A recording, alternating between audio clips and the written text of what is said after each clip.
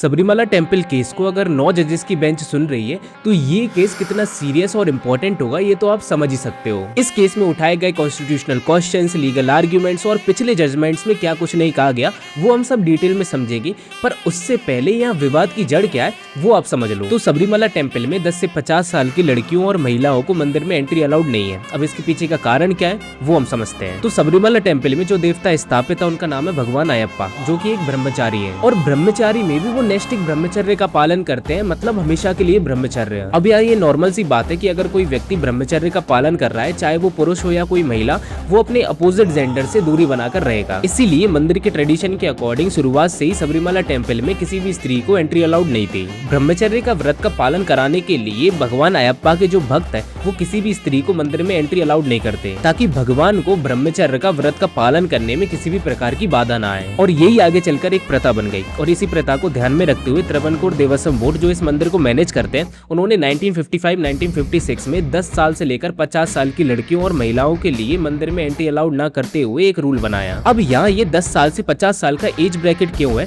वो आपको अभी आगे पता लगेगा, लेकिन यहाँ पर गौर करने वाली बात ये भी है कि ऐसी रिस्ट्रिक्शंस पुरुषों के लिए भी हैं भारत में ऐसे कई मंदिर है जहाँ पर मर्दों को एंट्री अलाउड नहीं है, और इसके पीछे का रीजन उस मंदिर में विराजमान देवी या उस मंदिर का ट्रेडिशन है। इसके साथ ही केरला में ही भगवान अयप्पा के 5 मंदिर है जहाँ पर वो डिफरेंट फॉर्म्स में विराजमान है। कहीं वो बाल रूप में विराजमान है, कहीं वो योगी की फॉर्म में है, कहीं वो ब्रह्मचारी की फॉर्म में है। भगवान अयप्पा के 5 मंदिरों में से 2 मंदिरों में वुमेन्स को एंट्री अलाउड नहीं है। एक है सबरीमाला टेम्पल और दूसरा है आर्यन कवु शास्ता टेम्पल। इन दोनों ही मंदिरों में जो भगवान अयप्पा है वो ब्रह्मचारी की फॉर्म में विराजमान है। लेकिन यहाँ ये 10 से 50 साल का एज ब्रैकेट क्यों डिसाइड किया गया? देखो, मंदिर का ट्रेडिशन तो किसी भी महिला को मंदिर के अंदर एंट्री अलाउड नहीं करता, लेकिन केरला के त्रवणकोर कोचीन स्टेट में 1820 में 2 ब्रिटिश ऑफिसर के द्वारा एक सर्वे किया गया था। इस सर्वे के अकॉर्डिंग 19th सेंचुरी से ही ये रिस्ट्रिक्शंस थे कि जिस लड़की की अभी प्यूबर्टी रीच नहीं हुई है या जिस महिला के अभी मेनोपॉज हो चुके हैं उन्हें ही सिर्फ मंदिर में एंट्री अलाउड थी। और यही फिर आगे जाके बेसिस बना इस एज ब्रैकेट का,